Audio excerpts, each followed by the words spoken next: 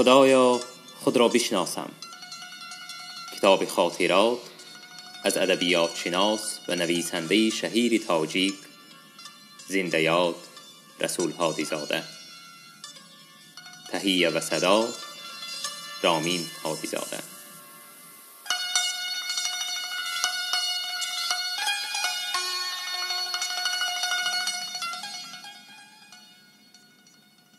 فصل 4. مسکو. صبح 26 نوامبر سال 1952 به مسکو رسیدم. به کوچه الکسی تولستوی، حالا با نام اصلی خود سپیریدانوفکا، به قرارگاه نمایندگی رسپوبلیک تاجیکستان آمدم. شخصی که با استودنتان و اسپیرانتان تاجیک مکتب‌های عالی مسکو مشغول بود، از خانه اقامتی بنای نمایندگی جای داد و وعده کرد که تا زمانی از اکادمی فرمان قبول و خوابگاه گرفتنم از حساب نمایندگی منزلی موافق پیدا خواهد کرد. چمدان را در خانه خواب گذاشته و سیر کوچه های اطراف برآمدم. این کوچه ها که همه به میدان نیکیتسکی ورات پیوست می شدند، از سفری ماه می آشنا بودند. خوابگاهی کوچه مال برانه و خانه اجاره گرفتم در همین اطراف بود. خیلی وقت کوچه ها را سیر و مگزین ها را تماشا کردم. به قهوه خانه در آمده طعام خوردم و برای چای شیرینی خریده به منزل آمدم. خادمان اداره همه رفته و در بنا تنها پیرمردی در پاسبانی مانده بود. به خانه در آمده در پلیته گاز آب جوشانده چای دم کردم. یک چایnik چای گرم و معطر فامیلی را با لذت و اشتهای تام خوردم. برای خواب هنوز وقت بود. بالای دیوان دراز کشیدم. همه جا خاموش و تنها صدای گشت عقربک ساعت به گوش می رسد. کس گمان می کند که این شهر بزرگ پرجوش و خروش یک بار دم فرو کشیده است. آیا همین طور است؟ نه، این شهر دم فرو نمی کشد. دقیقه خاموش نمی ماند.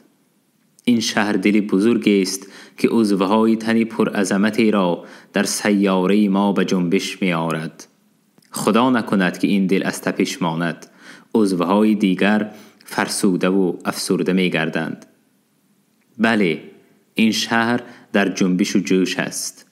در زیر زمین، در روی زمین، در فضای شهر همه در جنبش و حرکت است. عالمان و دانشمندان معجزه های آشکار و نهان ایجاد می کنند. کارخانه ها اعجوبه های تکنیکی را برای رشد و دفاع مملکت تولید می نمایند.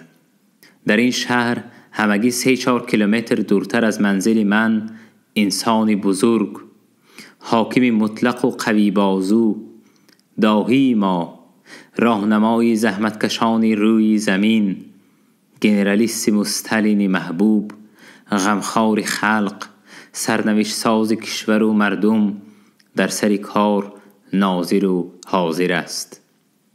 او مقبره و تنی بیجان معلم و راهنمای خود، شخصی کیها از جهان چشم پوشیده، لنینی ابد زنده را پاسداری می کند. آره، شهر دم فرو نبرده است، نخفته است. به مثال اقیانوس موج می زند، تلاطم دارد. مثل آفتاب گرمی می دهد، نور و شعشع باشی می کند. من آمدم چون قطره به این اقیانوس درایم. نه، این تشبیه انعکاس واقعیت نیست، زیرا قطره در بحر بیکنار بی اثر می رود. من آمدم چون ذره، چون شعله نحیف شمع زیر نورهای آفتاب. ذره، شعله که در نورهای آفتاب از نظرها ناپدید می شود، اما چون بیرون آمد از شعاع آفتاب بهره می گیرد، روشنتر و پرجلاتر می گردد. مقصد از آمدنم به مسکو تنها نوشتن و دفاع نمودن رساله است برای دریافت درجه علمی. نه، هدف فقط این نیست. مقصد آرزوی من از سنجش نوی حیات گذشتن، از محیط و فضای معنوی این مرکز جهانی تمدن بهره برداشتن است. مرحله نوی حیات را طی نمودن و در سرنوشت صحیفه دیگری گشادن بود.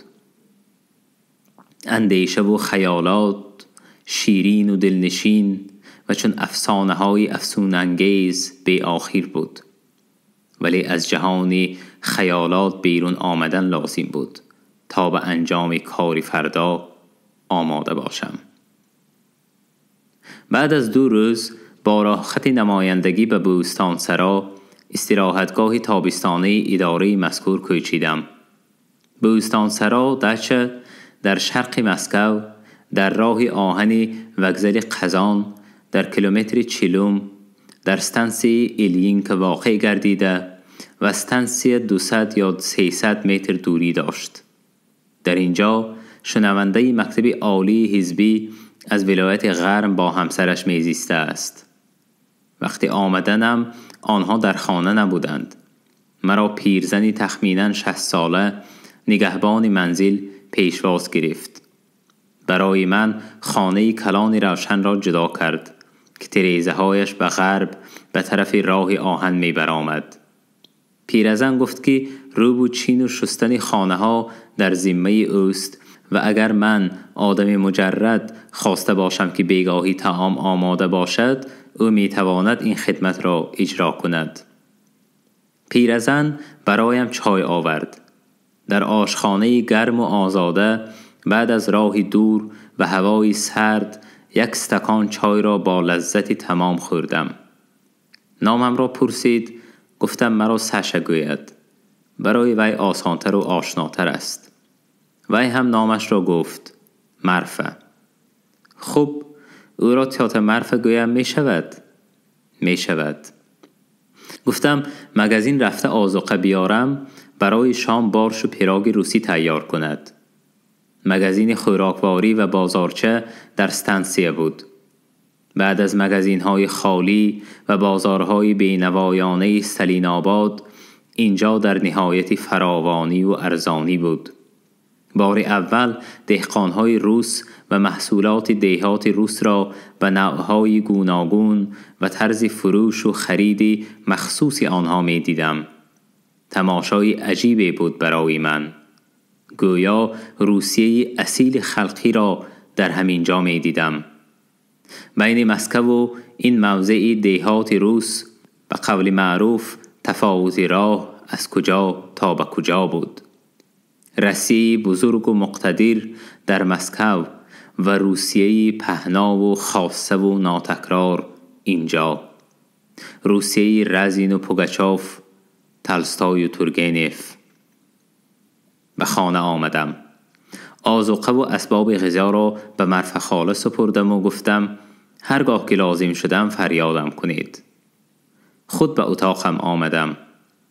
لباس خانگی را پوشیده، چیزهای ضروری و پپکه و کتاب و دفترها را جابجا کردم. خستگی راه و سیر بازار و مگزین را حس کردم. خواستم بالای کت روی بستری نرم یازیده دقیقه چند راحت کنم. خاموشی خانه آسایش روح و جسم بود. از پسی تریزه صدای چرخها و گداکهای قریب بی تنفس پایست به گوش می رسید، ولی خللی به آسایش وارد نمی کرد. خواب شیرین مرا ربوده است. در تق شد و از خواب خستم. مرفه خاله به آشخانه دعوت می کرد. از پس دیوار چپ صدای مرد و زن را می شنوم. معلوم می شود همسایه ها آمدند. به آشخانه برآمدم و با همسایه ها سلام کردم. مرد پس میز نشسته است. همسر او زنی قامت بلندی نازک اندام با مرفه خاله سری آتشدان پیچکه جنب و جول دارند. مردی تخمیناً 45 ساله گوشدار از غرب بوده است و در وظیفه کاتب دوم کار می کرده است. نامش اگر فراموش نکرده باشم ناصر نظرشاه بود. همین سال به مکتب عالی حزبی آمده است. همسری جوانش سرافیم نیز با وی آمده است. در خوابگاه مکتب حزبی که با همسر جای نمی‌دهند موقتاً به این خانه آمدند. دیرتر از شهر خانه اجاره کرده از اینجا می‌کوچند. من هم موقتی هستم گفتم.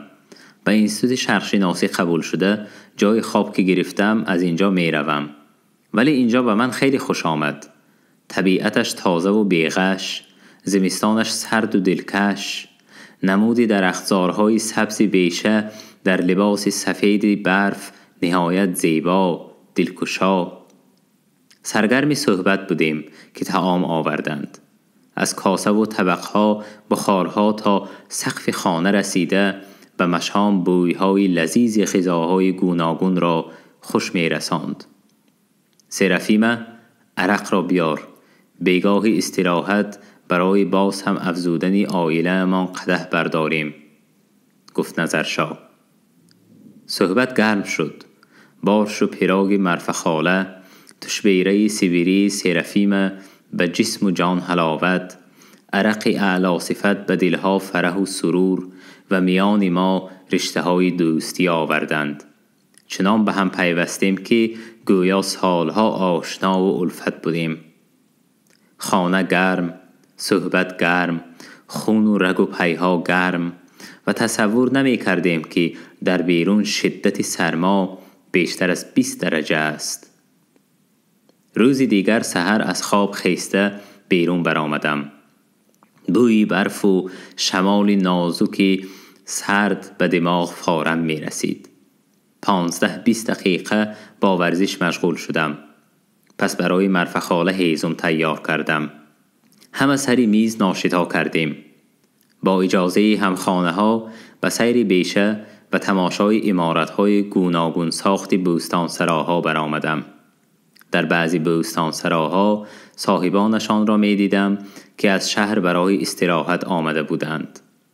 منظره بیشه ناپیدا کناری درختهای سر به بالا کشیده با کلاههای سبز آمیخته با درختان توس بریازه و عمارت‌های از غوله و تخت چوب‌ها برنگ‌های گوناگون و کندکاری ساخته شده چون جهان افسانه مرا مات و مبهوت می‌کرد.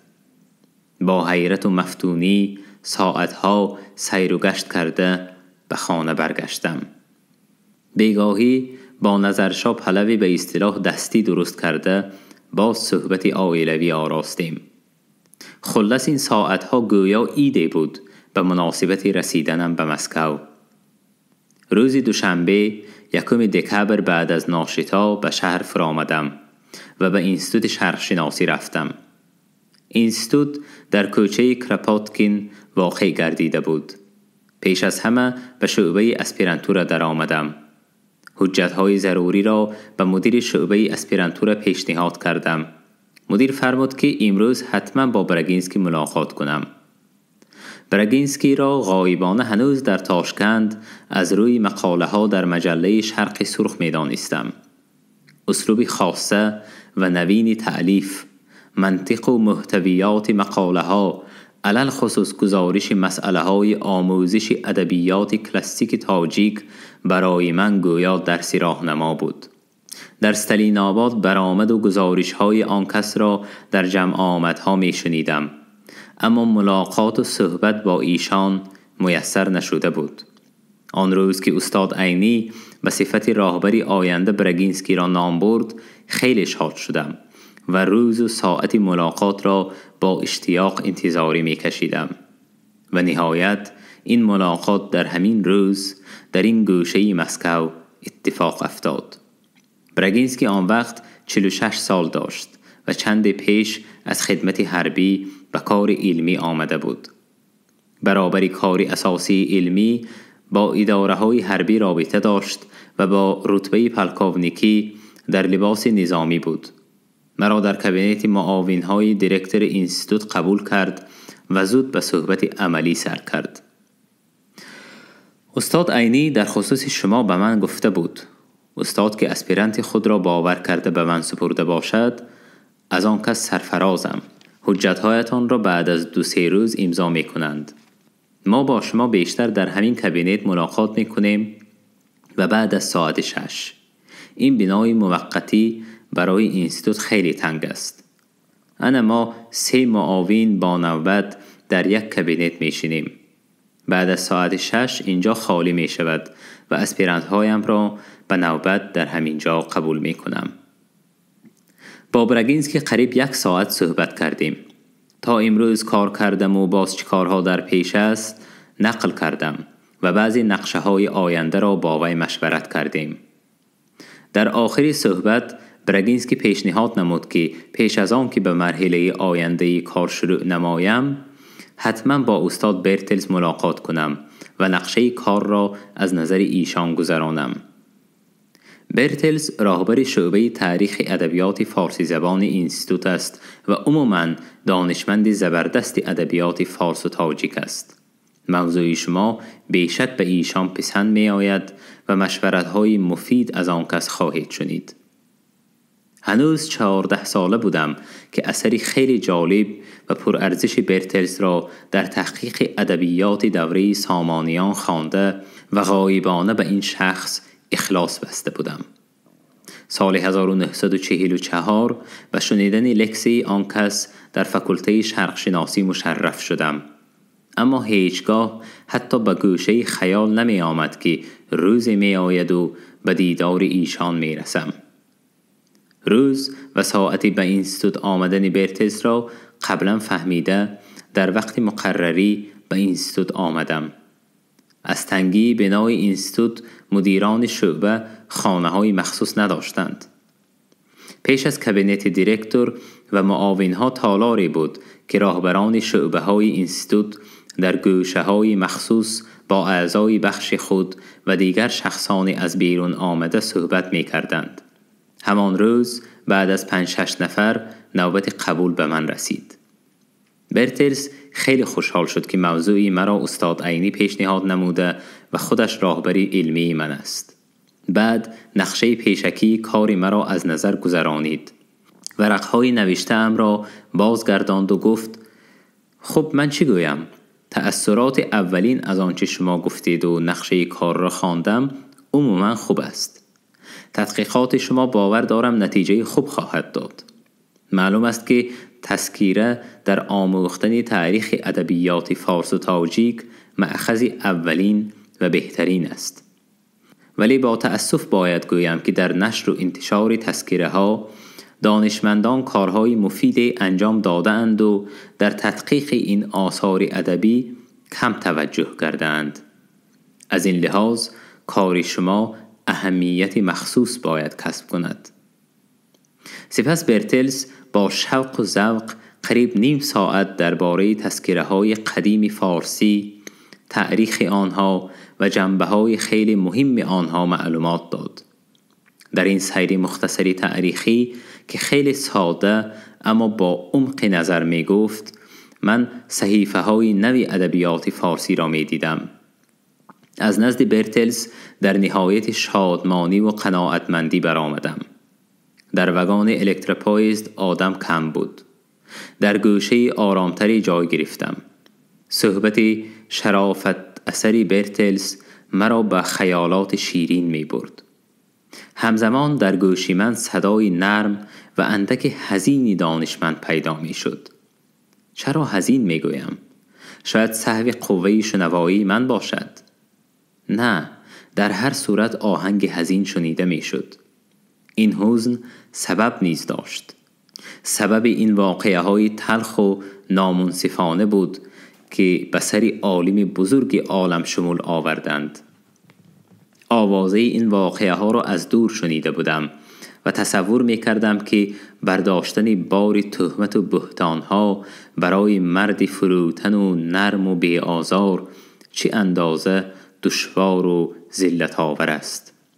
در آن روزها سیمای دلکش و به نور دانشی بلا نهایه روشن ایشان را در ساعتهای به ما لکسی خواندنش به یاد آورده فکر می کردم که چهره تجلی صفات وی شاید پژمرده گشته، صدایی مثل شعر فارسی خوش آهنگش حزین و اندوهگین شده باشد. شاید به همین سبب حالا در بند اندیشه های روزگاری گذشته صدای برتلس به گوشم حزین می رسید. شهرت برتلس بسان دانشمند ادبیات فارسی در شرق شناسی روس از آخرهای سالهای 20 عصر گذشته انتشار یافته بود. در همین سالها دایره دانش او تاریخ ادبیات‌های ترک زبان را نیز فرا می‌گیرد. از اولی سالهای 30 برتلس به جمهوری‌های ملی آسیای میانه سفر کرده در آموختن ادبیات و تربیه متخصصان جوان ملی خدمتی بی‌دریغ می‌نماید. رابطه‌های علمی برتلس خصوصاً با تاجیکستان و دوستی وی با صدرالدین عینی ثمره‌های مفید در ادبیات شناسی تاجیک به بار آورد. در نتیجه خدمت‌های بزرگ علمی سال 1939 برتلس به عضویت اکادمی فن‌های SSSR انتخاب گردید.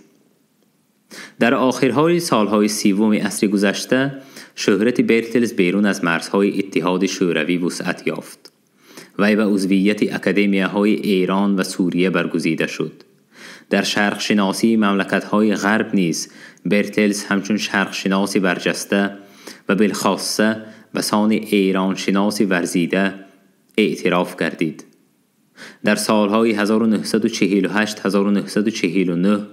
حزب کمونیست اتحاد شوروی معرکه نهایت سختگیرانه و تعقیبگرانه با نام مبارزه به مقابل کسموپولیتیسم و تأثیر مفکوره بورژوازی غرب آغاز نمود. در نتیجه این مبارزه بسیار شخصان نامدار با عیب و جرم‌های ساخته‌کارانه از جامعه شوروی مردود و حتی گرفتار زندان گردیدند.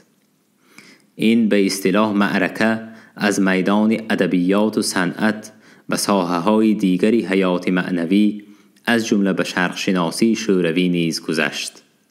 کمال عینی که در آن سالها در فکلته شرق شناسی دانشگاه لنینگراد تحصیل می کرد شاهد مجلسی بوده است که در آن کلیموویچ شرق شناسی کمونیستی متعصب عیبنامه کسموپولیتیسم را به سر شرق شناسان مشهور ریخته بوده است.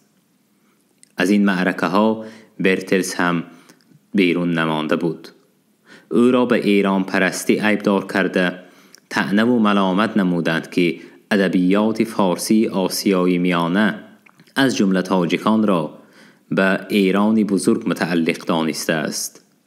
به ضمن این بهتانها پسر کلانی او دیمیتری دانشجوی کورس سوم شعبه عربی فکلته شرق شناسی لنینگراد را مقامات کگب به حبس گرفت و به سیبیر تبعید نمود. روحی دانشمندانه و غیرت سرشار برتلس شکست. وی به سکته دل گرفتار شده قابلیت کاریش خیلی کاسته شد. سالی که به ملاقات برتلس رسیده بودم تعقیب و تنقیدهای نابجای در حق عالمان کمی فرو نشسته بود. برتلس به کار علمی خود دوام می‌داد، اما سایه‌ای پرهیبت استالین و دست آهنین بریه را زیاییان از جمله برتلس هم حس می‌کرد. وی با تمام قوت و امکانات خود به کار دوست داشته‌اش ادامه دادن نمی‌توانست. به نظرم از سال 1953 یعنی بعد از وفات استالین دوره نوی فعالیت پربرکت برتلس شروع شد.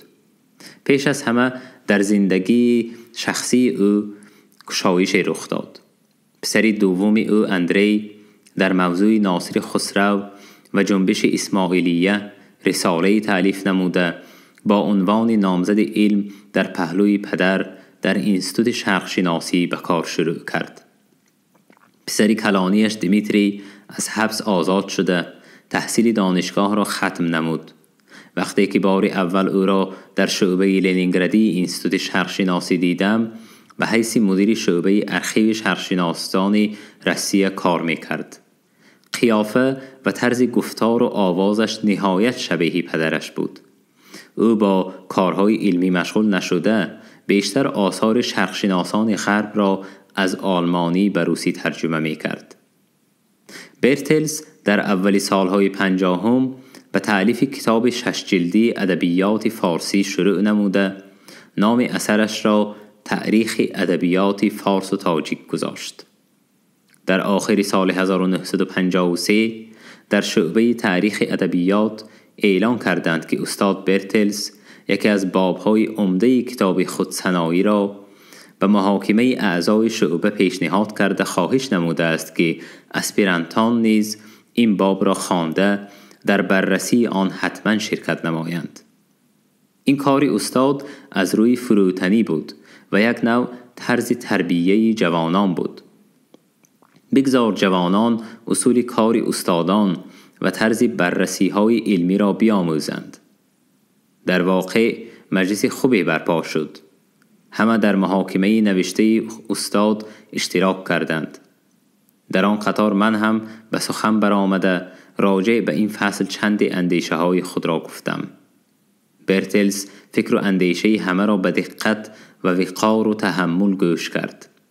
در آخر گفته های حاضرین را تحلیل نموده آنچه مورد قبول بود پذیرفته به همه عرض تشکر نمود. امروز اسلوب عالمانه و عاقلانه علامه فقید را با احترام صمیمی نسبت به شخص او به خاطر می آورم. برتلز به جوانان نهایت غمخوار و مهربان بود. با وجود کارهای زیاد شعبه و مشغولیت‌های علمیش موضوعهای اسپیرانت‌ها را خوب در خاطر داشت و در موردهای مناسب از وضع کار آنها خبرداری می‌کرد. باره مرا در اینستیتوت دیده گفت اندری گفت که شما در بعضی مسئله ها مشکل ها داشتید. با اندری مشورت کرده به خانه بیایید مشکل ها را به مصلحت حل می‌کنیم. به همین طریقه روزی به منزل آنها رفتم. برتلز اول در کابینتش با من تنها به تنها صحبت کرد. پس به چند نکته های دشواری تذکره شناسی روشنی انداخت. کار شما برای شهرشناسی خیلی مهم است. بنابراین رساله نه تنها از جهت علمی بلکه از جهت اسلوب و زبان هم بی نقصان باید باشد. به اندری میگویم از این جهت به شما کمک رساند. دوستی و رفاقت ما با اندری از همینجا با فیض و برکات شادروان استاد برتلز آغاز یافته بود. در این خصوص بعدتر باز نقل خواهم کرد. و حالا باز درباره استاد. امروز فکر میکنم که استاد شادروان مرا نه تنها چون متخصصی جوان بلکه به واسطه اهمیت موضوع کارم به توجه خود شرفمند گردانیده بود. یاد دارم وقتی که روز حمایه رساله‌ام نزدیک می رسید برگینسکی از برتلز خواهش نمود که بار اپنینت اول را ایشان به ذمه گیرد. برتلز با وجود ضعف صحت و علاوه بر این مشغولی از حد زیادش راضی شده و در شورای علمی درباره رساله من سخنهای نیک گفت. پس از 50 سال تقریض استاد زنده‌یاد را خواندم و گمانم درست برآمد. آن وقت او گفته است اعتراف کردن دشوار است که اگر علم ما مرحله به اصطلاح تذکروی را طی نمی کرد ما در آغاز عصر 20 گمان است که تاریخ منظم ادبیات شرق را هرچند در بعضی موردها کمی نقصان داشته باشد هم به خود تصور کرده می توانستیم. در اکثر موارد می گفتند که آموختن دوره نو ادبیات فارس و تاجیک به سبب نبودن تذکره های این دور خیلی دشواری ها دارد. این فکر در نسبت ادبیات های هم فارسی و هم تاجیک از حقیقت دور است. زیرا چنین تذکره ها وجود دارند و کم هم نیستند. حقیقت آن است که تا امروز اگر استثنایی کمی را به نظر نگیریم کسی میل نکرد که به آموزش این تذکره ها مشغول گردد. رفیق قاضی‌زاده به عهده خود زحمت به فکرم نهایت مشکل را گرفته است. زحمت مشکل از آن سبب است که وی تدقیق تذکره های تا امروز آموخته نشده را به ذمه گرفته است. فقط آن کسی که باری با چنین کار مشغول شده است می‌داند که این تحقیقات چه اندازه تحمل و بردباری را تقاضا می‌کند. بعد از سال 1954 دوره پربرکت فعالیت برتلس شروع شده بود. وی با شوق کلان به نوشتن جلد اول تاریخ ادبیات فارس و تاجیک مشغول بود. برابر همین کار تهیه نمودن متن نوی علمی و انتقادی شاهنامه را شروع نمود. وی زمینه این کار بزرگ را با شاگردانش بنیاد نهاد به امید آنکه آنها کار بزرگ او را به انجام خواهند رسانید. ماه اکتبر سال 1957 در اثر سکته سخت دل برتلس از جهان چشم پوشید. گفتند که در کرسی سرتراشی نفس آخرینش فرو نشسته است. من در دوشنبه خبری در گذشت او را شنیدم. اندوهی مرا پایان نبود. گفتم از شمار دو چشم یک تن کم و از شمار خرد هزاران بیش. بعد از درگذشت پسرش اندری، شاگردانش، همکارانش با سرپرستی و راهبری بابا جان غفوروف آثار او را تدوین و انتشار نمودند. جلد اول آثار برگزیده او با نام تاریخ ادبیات فارس و تاجیک از چاپ برآمد. این جلد در سیر تاریخی ادبیات دوره سلجوقیان و اولی باب انوری قطع گردیده است. 9 جلد شاهنامه به طبع رسید که در جهان شرق شناسی چون سایقه روشنایی نوانداخت. این همه بزرگداشت برتلس نابغه علم شرق شناسی قرن 20 بود.